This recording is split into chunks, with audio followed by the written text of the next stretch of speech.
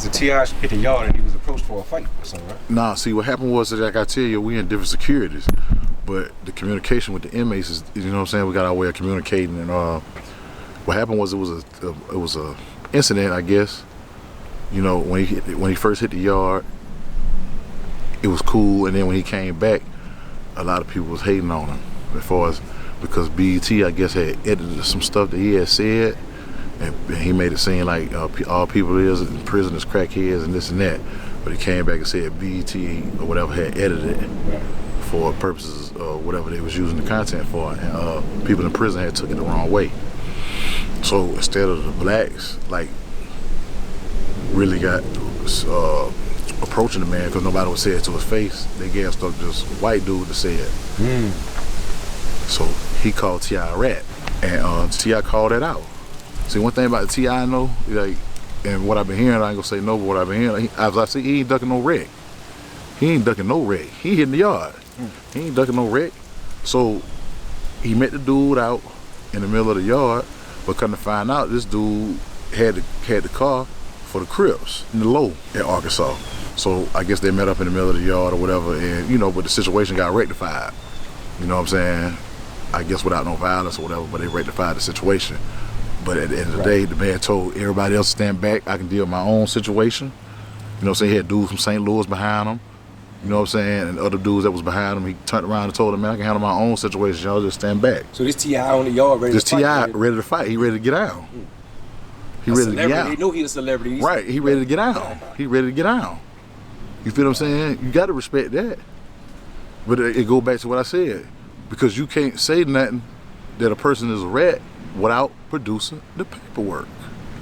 Yeah, Where is the paperwork? And just to clarify too, you say that they basically try to create a bad name on him because of the way BET edited some bullshit. The way BET edited some bullshit, and they was using the situation that happened in Cincinnati to like antagonize it. You know what I'm saying?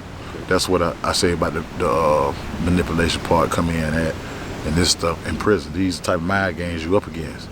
You see what I'm saying? See how they instead of dudes saying it to their face, they made it to where somebody else will approach them instead of them.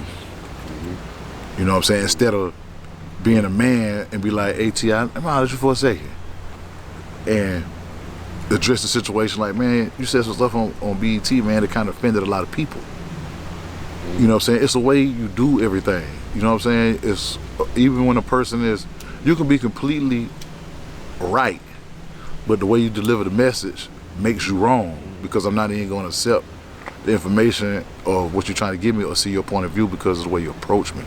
So that was a way, that was kind of like, in the end, you know what I'm saying, I guess that's why no bloodshed not happened behind it, because at the end it came out to them really just sitting down, probably being a man, and him speaking his side of you, and they speaking their side of you, and they came to an agreement. You feel what I'm saying? Whatever that may be.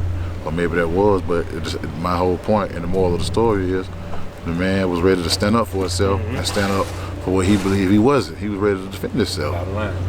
Right. Period. Right. And like the last interview, Brad, like you were saying, he was showing his paperwork. Right. It would have said it in his paperwork. It would have said it. Yeah. It would have said it. And another thing on my page, when you subscribe to my page, I'm gonna show you how to read paperwork. So these dudes will know when their homeboy come home or before they go home, you can go on Pacer, how to look on Pacer, what to look for. You know what I'm saying? As far as if you know a dude is told, this way you'll know if somebody third party told, because you got a lot of third party telling in the feds too. You know what I'm saying? So I'm gonna address that too.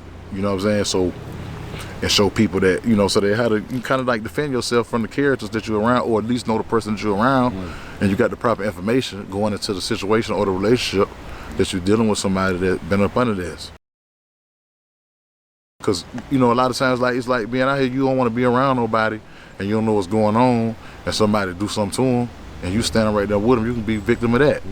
Or circumstances. Being in the right place at the wrong time.